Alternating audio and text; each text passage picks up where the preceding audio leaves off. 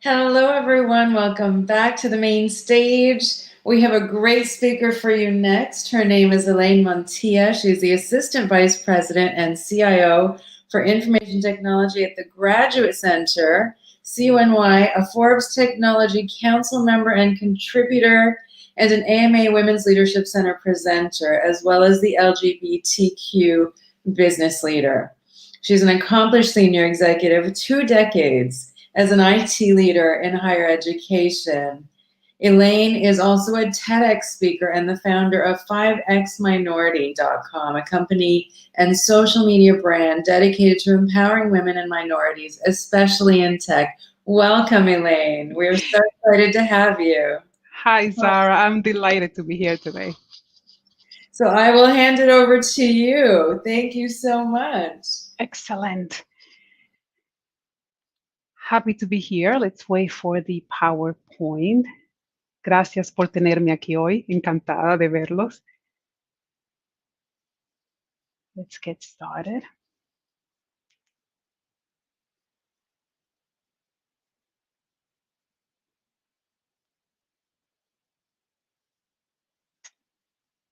Okay.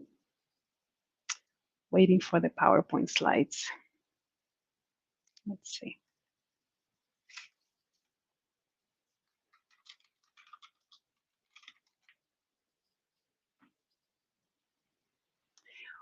While the PowerPoint slides are loading, I want to let you know that I am delighted to be here today.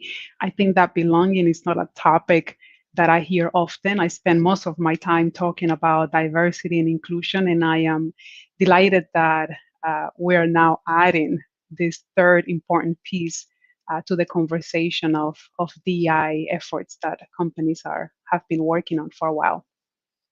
I'll give it another minute and wait for the PowerPoint to come up. If not, let me know and I can probably share them myself. I don't see them on my end.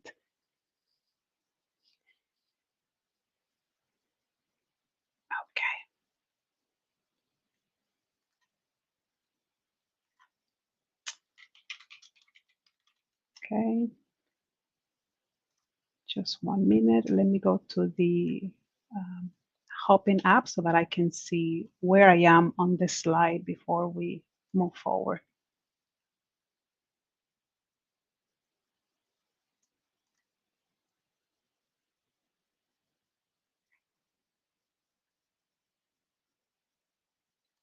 Okay, going into the stage.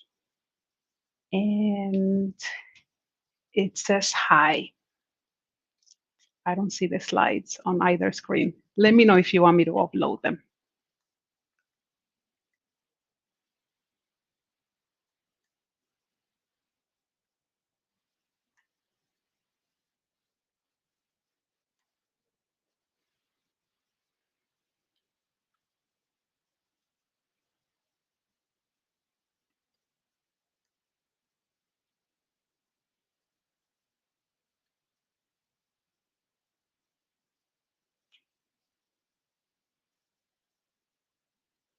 Okay, I see them now. Perfect, excellent. So let me tell you a little bit about myself. I founded 5X Minority, and one of the main reasons I founded this company was to elevate the voices of women and underrepresented minorities, especially in tech. And let's move to the next slide. I will share a few stories today, and I know I cannot hear back from you, but maybe you can go with me along with the stories. And I know that, at some point in our lives, we've all been in places where we feel like we don't belong. Perhaps it was that birthday party that a friend of a friend invited you to go to, and you didn't know anyone there, and so you felt like you didn't have anything in common with anyone. Or perhaps something that has happened to me actually is that you get invited to a conference or maybe a meeting. And when you get there, you realize that you are underdressed and everybody else is wearing a suit and a fancy dress. And when we are faced with situations like that and all of the uncomfortable feelings that come up, I can tell you that the first thing we want to do is we want to run, we want to hide, and we want to leave. And so maybe if you are at that friend's party, you wait for a moment where you can find the door and get out.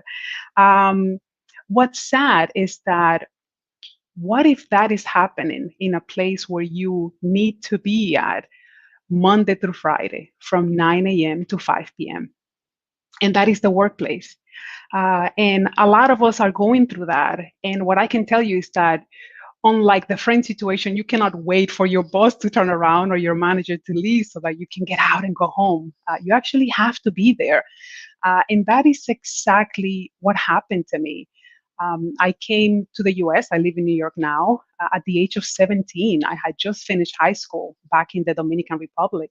And out of nowhere and overnight, I needed to learn a new language. I needed to learn a new culture.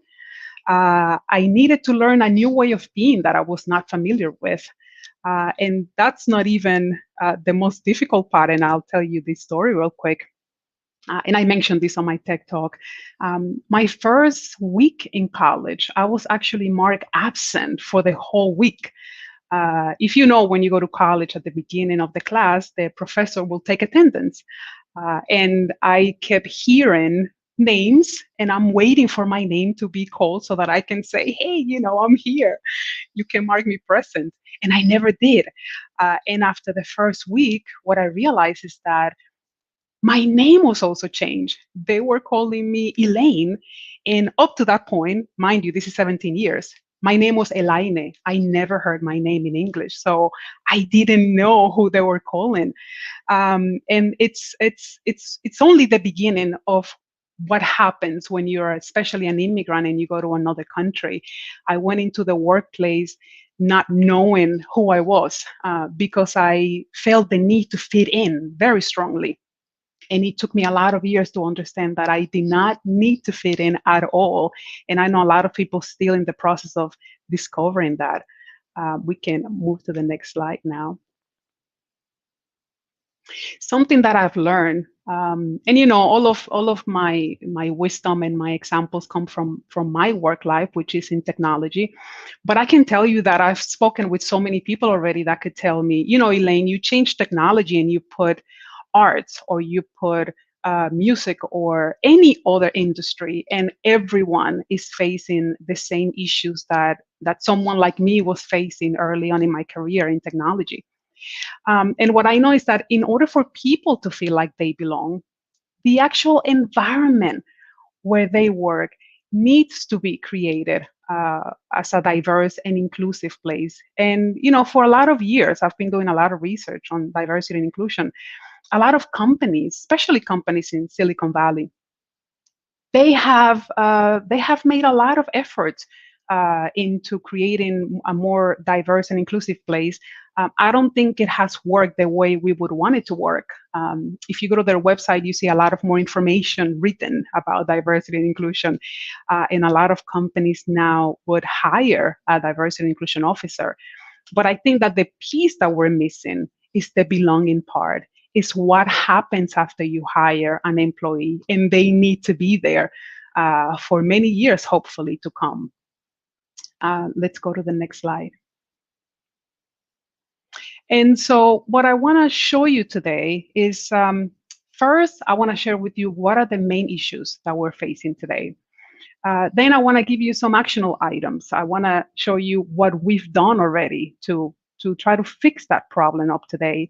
And then I want to tie in the belonging part and what else could happen in order to make sure everyone feels included in the workplace.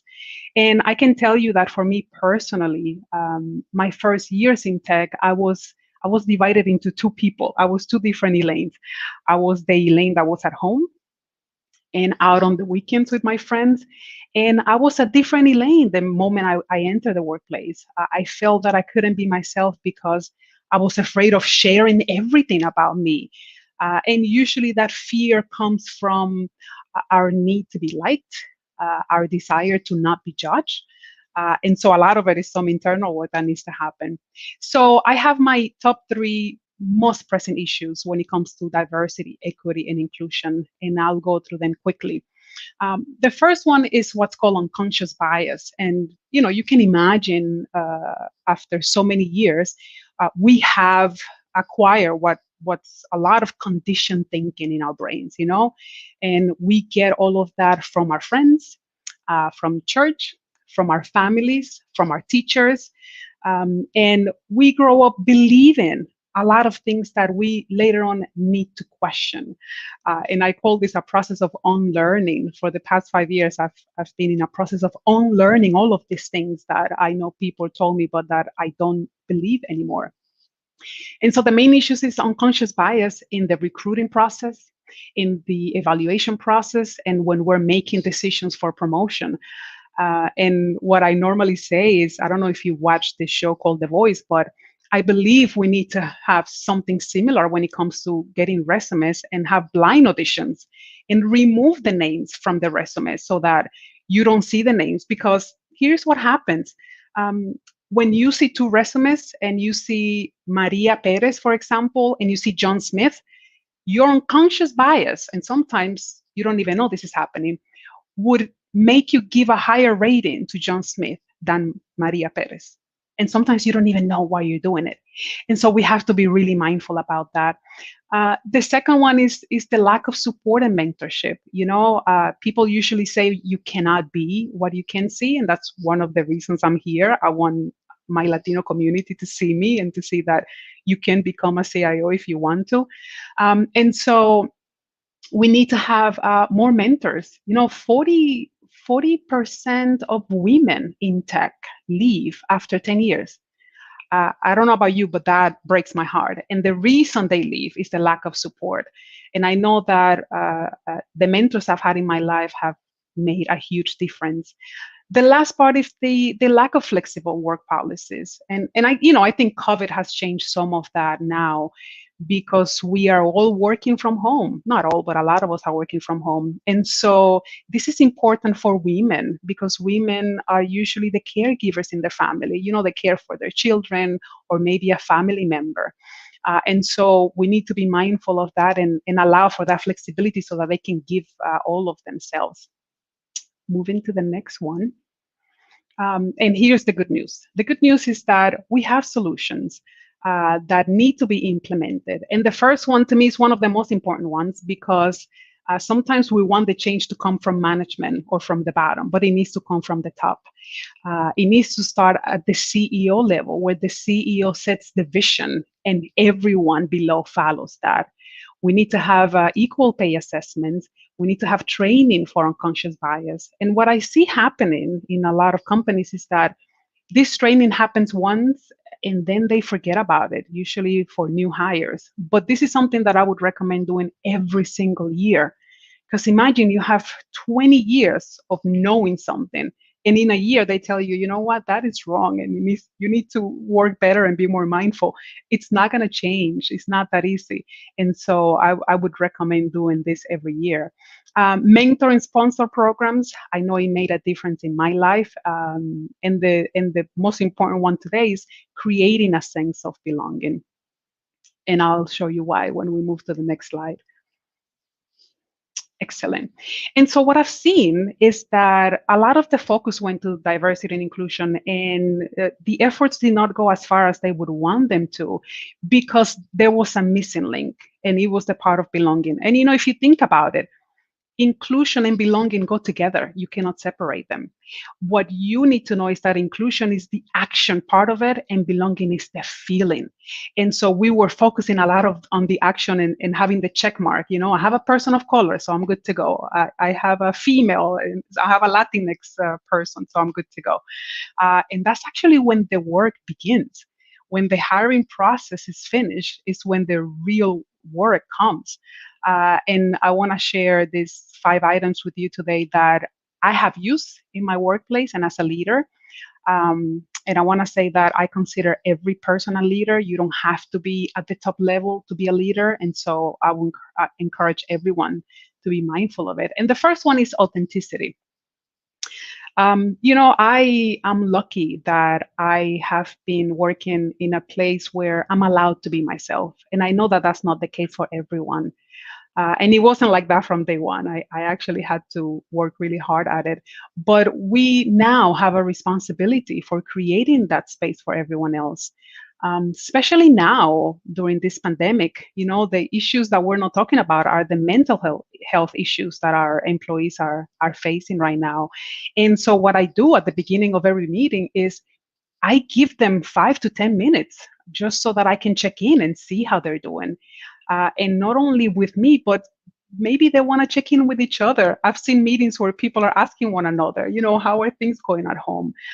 And so I think now, especially because we are virtual, we need to be more mindful about creating what's called psychological safety so that we can allow people to be themselves, so that we can allow them to fail, so that we can allow them to make mistakes and ask questions.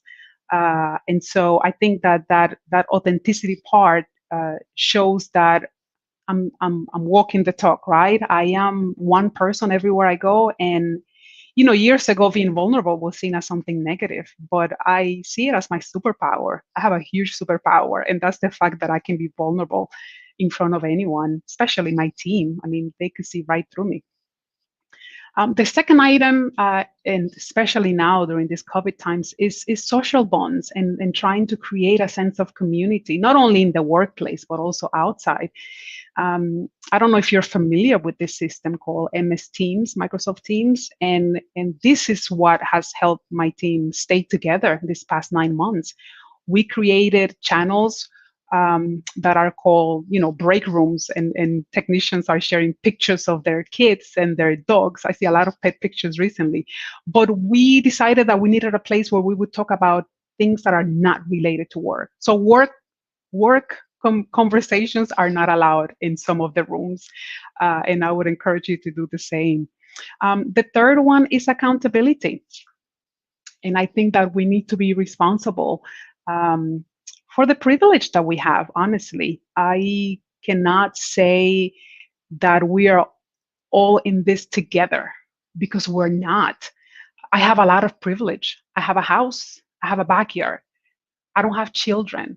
And so I cannot tell one of my technicians, we're in this together, when he or she may live in a 1-bedroom apartment and have 2 kids that they need to take care of.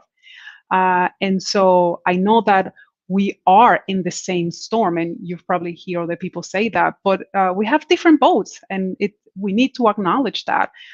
And so I'm mindful of my conversations and the things I share, because I know that not everyone will be able to relate to them.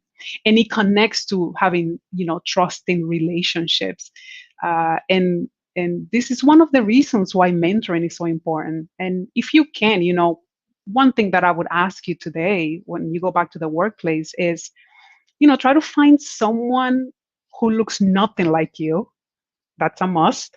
And start sharing some of your wisdom and some of the knowledge that you have. I think that one of my biggest joys is giving. And I feel more full inside when I know that I'm giving to others and helping them. So I would encourage you to do the same. And then the last one is awareness. We have to be aware of the daily habits that we have created. And, sometimes we don't even know that when we put work teams together to work on a project, we keep selecting the same people.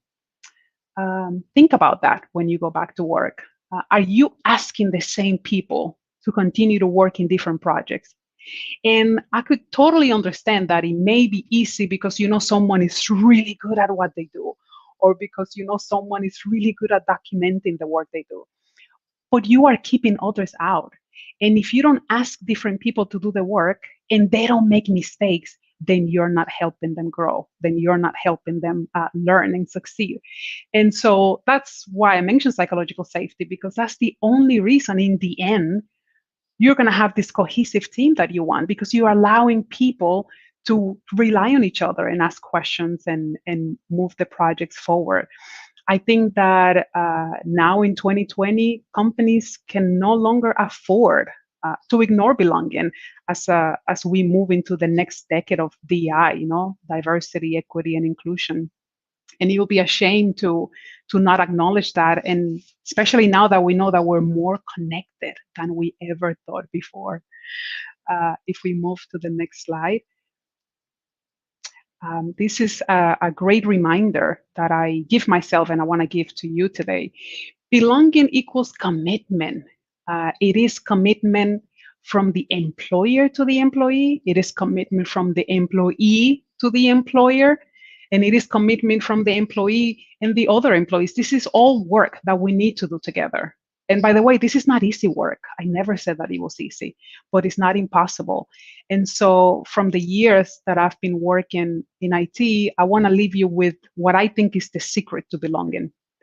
You can write it down. I can tell you that the secret to belonging is including people in your teams and getting them to know as individuals. Get to know people as individual human beings and allow them to be themselves. And you will definitely go a long way.